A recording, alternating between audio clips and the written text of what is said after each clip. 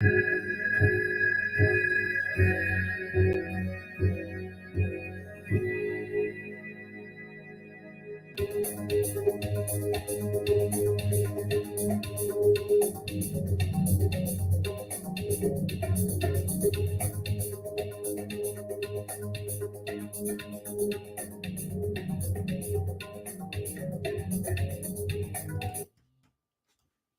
morning, my friends. Mike's MMA Picks here with your Fight Morning Quick Card Breakdown show for UFC Vegas 51, where we have Belal Muhammad taking on Vicente Luque. This show is brought to you by BetDSI as well as MMAOddsbreaker. We are ready to rock and roll. Ultra quick breakdown this morning. Ready to rock, where we have the first fight of the night. Alatang taking on Kevin Croom. Kevin Croom dropping down another 10 pounds here. Late in his career, interesting choice of strategy against a tough as nails opponent. If anybody wants to question the toughness of Alatang, go back and watch his bout against Casey Kenny, where he was brutalized to the body and would not give an inch. Coming off of a draw against Gustavo Lopez, Kevin Croom fell short down the stretch against Brian Kelleher.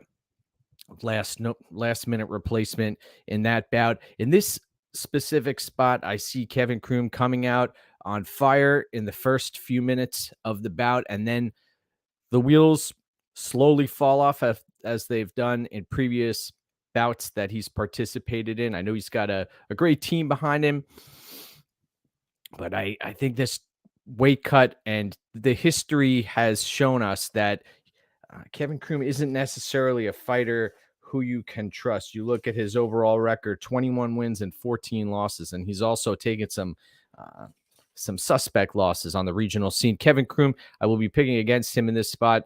Alatang will be the pick. Next up, where we have a very low-level women's mixed martial arts fight between Sam Hughes and Istela Nunes. Istela Nunes coming in as a minus 215 betting favorite. Now, there are reasons why she's a significant favorite in this spot. Sam Hughes, you talk about folks who can't finish their dinner. Tisha Torres blasted through Sam Hughes, and Istela Nunes, she has a little bit more in the tank here. She has a more well-rounded skill set.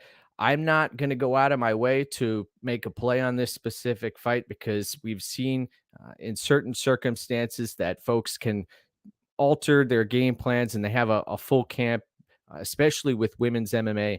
I'll be picking Istela Nunes to win, but I'm not touching this specific fight. Next up, where we have Trey Ogden coming in as a minus 145 betting favorite against Jordan Leavitt. Jordan Leavitt, this line has flipped. Trey Ogden's been getting some love in the MMA betting community, and understandable to a certain degree. You've seen Jordan Leavitt, who he's got a flair for the dramatic, especially in his post-fight interviews, etc. He's a very flamboyant personality. Trey Ogden, I've liked what I've seen as far as the sweeps go. Granted, he gets found. He's typically, there are times when he's on his back, then he'll sweep, get a transition, and lock in his own submission. But I've also noticed when watching tape that Trey Ogden also leaves his neck out there. He's been submitted via guillotine a few times, and he has a number of submission losses on his resume. 32 years of age. Jordan Leavitt, 26 years old, fighting out of Syndicate. Very cerebral fighter, but the stand-up leaves a lot to be desired. Trey Ogden is a physical fighter. Jordan Leavitt is one of those fighters who tends to use momentum and leverage to his advantage and lets his opponent put themselves in a tough situation. Granted, the Matt Wyman fight, we saw the way he was able to pick him up, carry him across the octagon, and slam him down, and end that fight. I'm going to be picking the underdog here, Jordan Leavitt. I don't trust Trey Ogden in this spot. And I know you could say how could you trust Jordan Leavitt in this spot? But I think he's got more upside to his game here, Jordan Leavitt. And at 26 years of age, there's still a lot of promise ahead. Next up, wow, Chris Barnett. We've got heavyweights here. This guy is one of those fighters who you look at his frame and his body type, and if he was well disciplined, this is a fighter who should be competing down at, I would say, lightweight perhaps. Yet he's tipping the scales at 265-ish. It's incredible. Plus 190 betting underdog coming off of the win over Gian Vellante, taking on Martin Buday. Martin Buday coming in as a minus 235 betting favorite. There's a huge size discrepancy here. We're not just talking weight, which is very similar, but Martin Buday towers over his opponent. Now, that doesn't necessarily win you the fight, but you go back and watch the tape, and Martin Buday has a knack for beating opponents who are much shorter than he is. He's got this knee in the clinch that comes up the middle. I saw it against a fighter back in 2019, and he repeatedly was able to land that. Chris Barnett, if he starts to gas out and things don't go his way, he could get caught in that clinch and get brutalized. Chris Barnett also spinning attacks, very dangerous. To a certain degree, he's very explosive. The Ben Rothwell fight, I mean, he hung in there against Ben Rothwell for a little while, and then the wheels began to fall off. And I suspect that'll happen again in this spot. I like Martin Buday, but this is a puncher's or a kicker's chance for Chris Barnett. I'll be picking Martin Buday in this spot, and I don't hate the betting line, although it's starting to widen here. Next up, we have a fighter who was an underdog earlier in the week, and this line has flipped. We've got Jesse Ronson, who's coming down to 155 pounds, 36 years of age, was able to make weight against Hava Garcia. Hava Garcia is a fighter who tends to fight to the level of his opponent, doesn't really shine in any respective one area. He will try to come at you with volume, and when things don't go his way, he tends to turn into a bit of a punching bag. Interesting spot here where Garcia was getting some love early, and this line has since flipped. I think Jesse Ronson is the play here despite the prolonged layoff. He is the more well-rounded fighter, more dangerous fighter in my eyes. The layoff, and he didn't look great on the scales, Ronson. So a little concerned about that. Rafa Garcia is still young. I believe he's only about 27 years of age. So this is a fighter who's still developing, very active out there. I'm going to be picking Jesse Ronson to win, though. This is a case where the larger, more skilled fighter will be my pick. Let's see. We've got a few comments here. Good morning, Martin. Good to see you. Good morning, Nicholas. Thank you for tuning in this morning. Pleasure to have you. All right. Thank God you're live in the morning. All right. Let's do this. We got we're going to talk about the Kianzad fight up next. Good morning, Evan. Welcome aboard.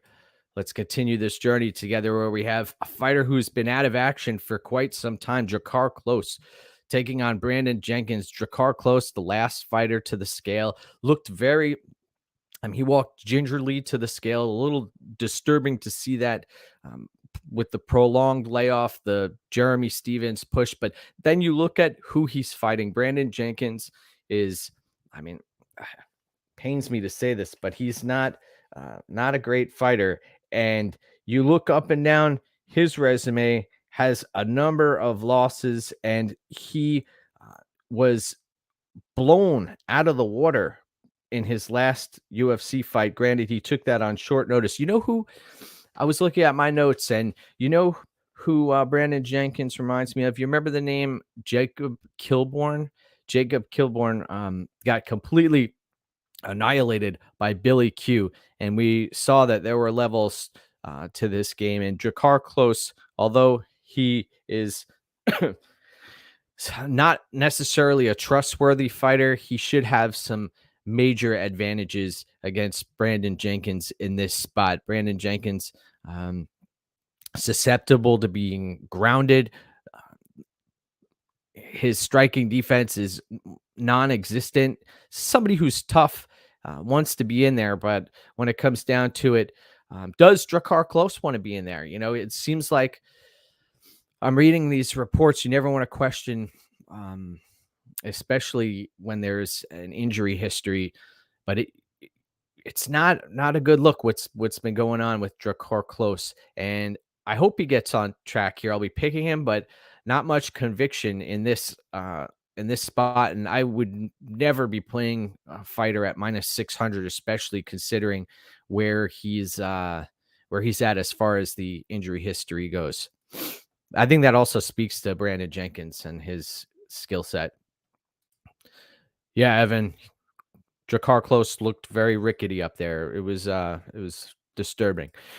Now, we've got a rematch that is taking place 10 years later. Pannie Kianzad is taking on Lena Lansberg. Lena Lansberg, 40 years old now, recently gave birth. Congratulations, Lena. Plus 310 underdog, taking out Pannie Kianzad, who has been a bit of a money train for a lot of folks through the years. Kianzad took a tough loss against Raquel Pennington last time out, but I like what I've seen with Kianzad. Her volume, she's not this string bean. She's has a strong base, actually. I've really liked what I've seen. I would like to see her face Holly Holm at some point. Holly Holm was actually, I think she's going to be fighting Caitlin Vieira coming up. But Pannie Kianzad, let's cut to the chase here. I think she's got more tools to work with in the spot. Lansberg was able to exploit Macy Chiasson, and Macy Chiasson is a fighter who it hasn't made any improvements over the past few years. And you look at Kianzad, and Kianzad she's somebody who the arrows pointed up, and Lansberg, it's interesting what her plan is in the smaller octagon here. Is she going to try to implement a grappling heavy approach because she's had some success in the past despite being a striker by trade?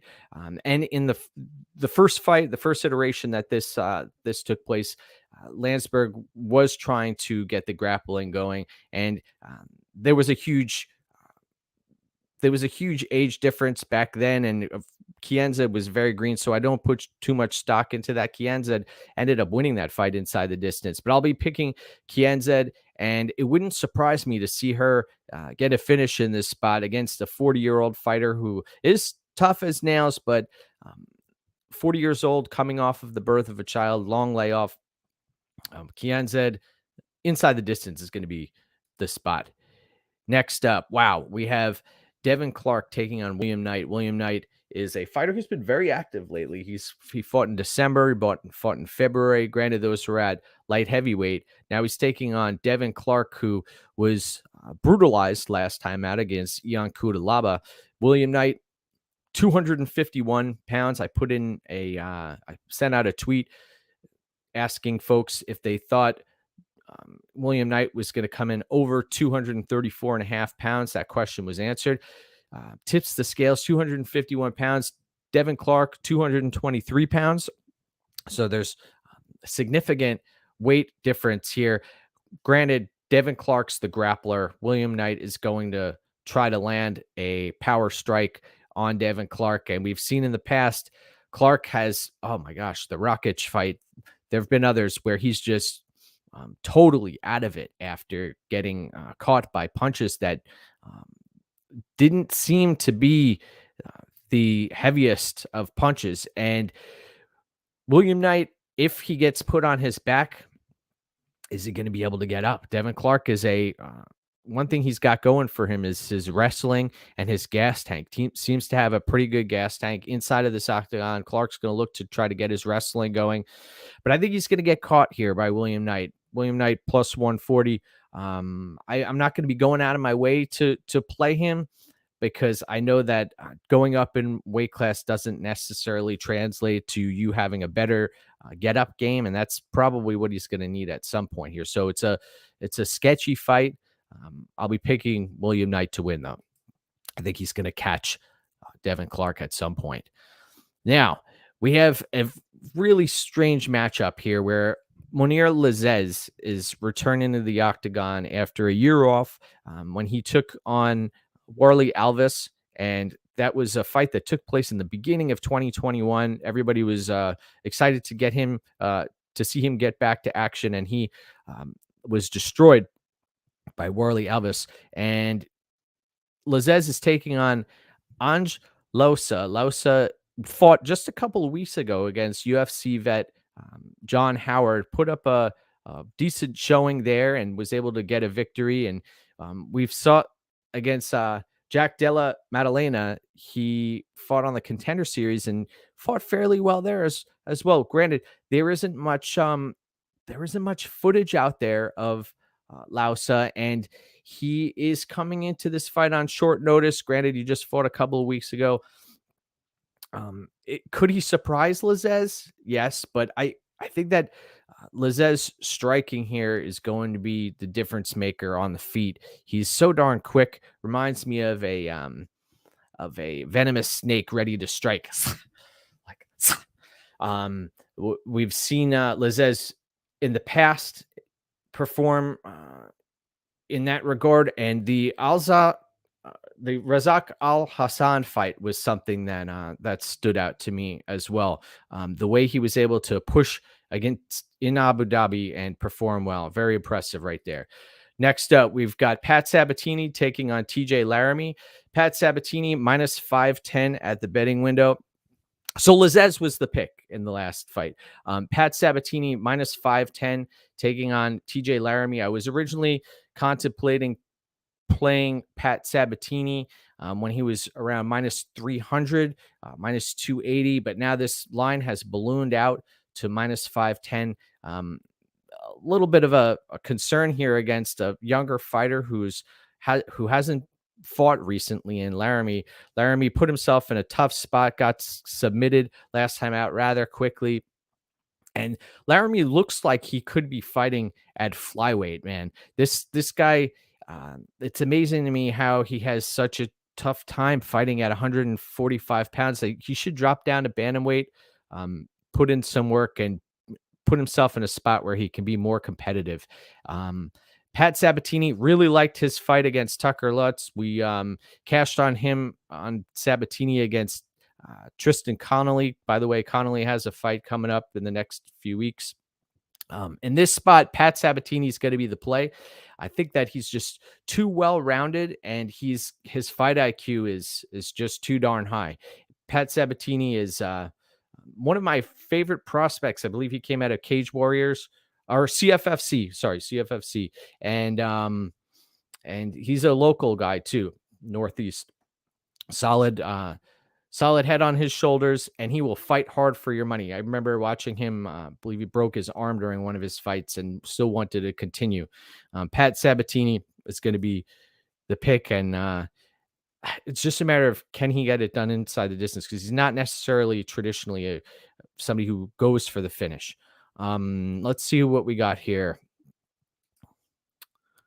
Oh, like Turtles and Mike's MMA picks. Thank you. Good morning, sir.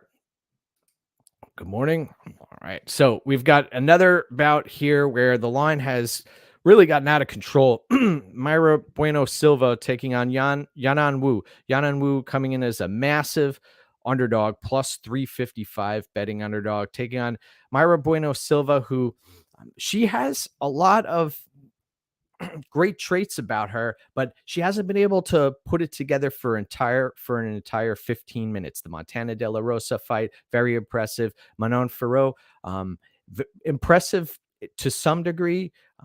The Inoue fight, impressive. In this spot, Yanan Wu, only 25 years of age, is going to be growing every fight out. Somebody who you rarely see fighters regress at this stage in the game, especially if they've been able to put in the work. Now, has Yana Wu put in the work? I can't answer that question. I'm not behind the scenes at her camp, but I can tell you that Mayra Bueno Silva is the much more skilled fighter in this matchup, and I'll be picking her to win. I do not like playing the minus 475 line there. I would be looking for an inside the distance line. Yana Wu has proven to be tough, but Bueno Silva, I think she's got her outmatched here in a number of areas. Speaking of a situation where a fighter has somebody outmatched in a number of areas, we've got Miguel Baeza coming in at 170 pounds or 171 yesterday, taking on Andre Fialho. Andre Fialho looked great on the scales, plus 135 underdog, a fighter who survived against Michel Prazeres and fought tooth and nail in that bout. Third round showed us what he was made of. I go back and watch the Glauco Franca fight and survived against somebody who was on all the roids. We saw Glauco Franca was he looked like a ninja turtle out there, and he had that. It looked like his gut he had the six pack, but it was protruding way out of his gut, and he ended up getting popped.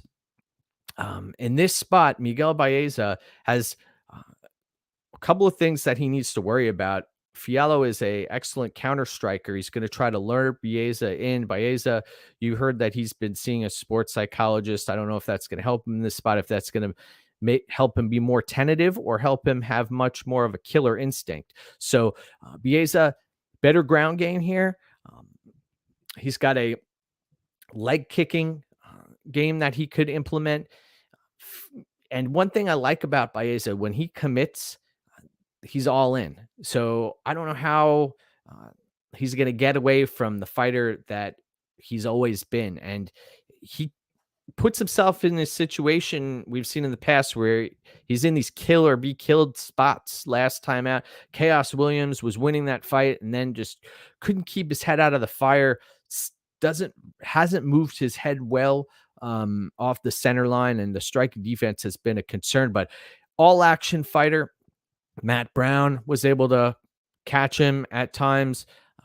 The Ponzinibbio fight was a bit of a concern, but he came out on fire early, and I expect him to do the same here. This was the most intense stare down on the card, and I am going to pick Miguel Baeza. I think that this fight doesn't go the distance, and Baeza has Fialho covered in a lot of aspects of this bout. Next up, wow, we're already at the co-main event. I told you I was trying to work on a lightning quick breakdown for today's show here, where we have Caio Bohayo coming in as a minus 105 fighter, taking on Omagajiev. Omagajiev minus 125 at the betting window. Now, this is a very, very interesting fight where we saw Bohayo looked like he was the part on both of his fights with the Contender Series, and has a legitimate ground game, is a very aggressive fighter. Omagajiev hasn't shown many holes in his game, and an undefeated fighter who is hasn't been prone to making any mistakes. That's a challenge here. When you're watching tape, you want to see holes in a fighter's game, and I haven't seen any. Omagajiev, undefeated record. This fight isn't expected to go to a decision at minus 130. Both of these fighters relatively young, 29 years of age. It depends on who's going to be the aggressor in this spot. If Bohayo gets put on his back, that is a concern of mine against someone of Omargajiev's caliber. This is a spot where a fighter could potentially get stuck on the bottom, and we haven't seen Bohayo's get-up game in play often. I'm tempted to lean towards Bohayo, who was an underdog at one point and can be had as an underdog at some books. I'll be picking the underdog in this spot. I think that this fight, you talk about questions being answered, this is going to be one of those situations. I think this fight is a great spot to sit back, get your get your meal ready and enjoy it, because we're going to learn a lot from both of these fighters. I'll be slightly leaning towards the underdog, Bohayo.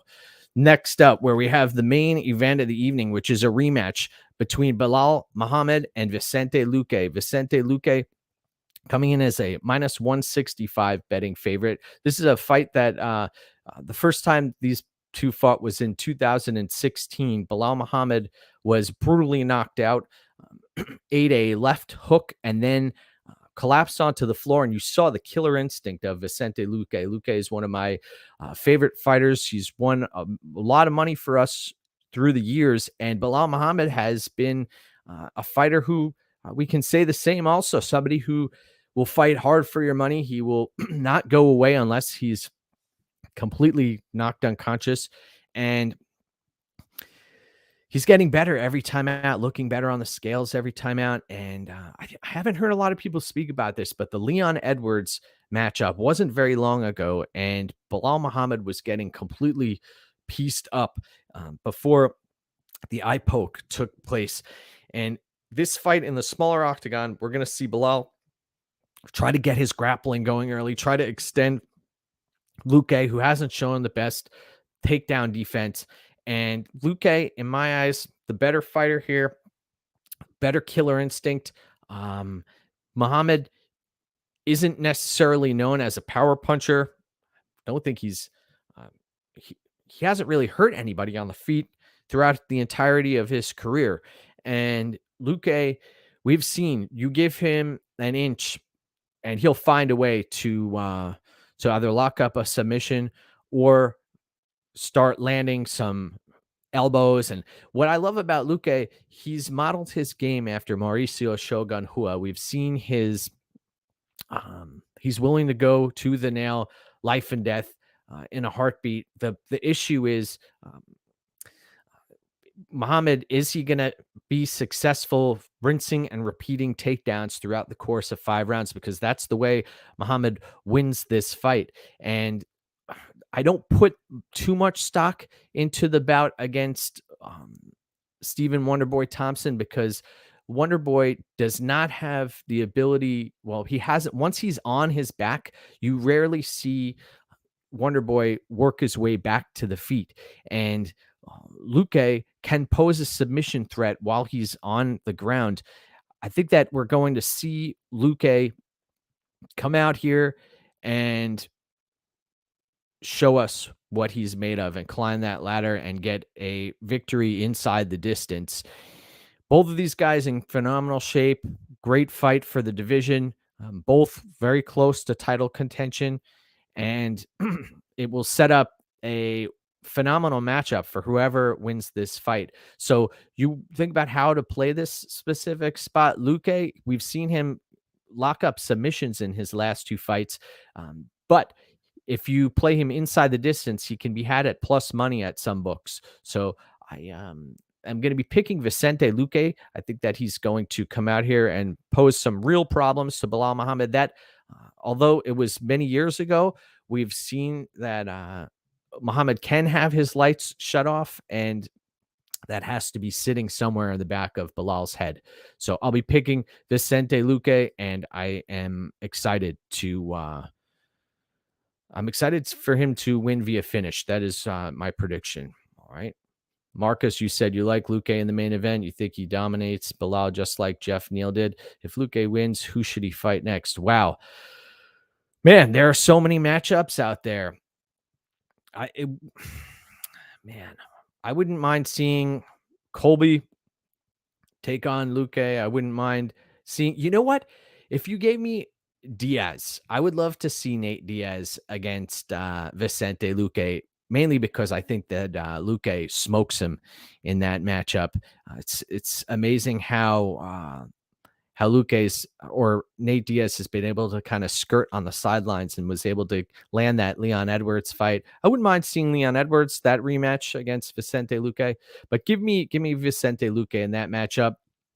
I want to thank everybody for tuning in. I want to wish you a phenomenal fight day. Remember to go get what's yours, my friends. And let's do this. Just under 30 minutes, 14 fights.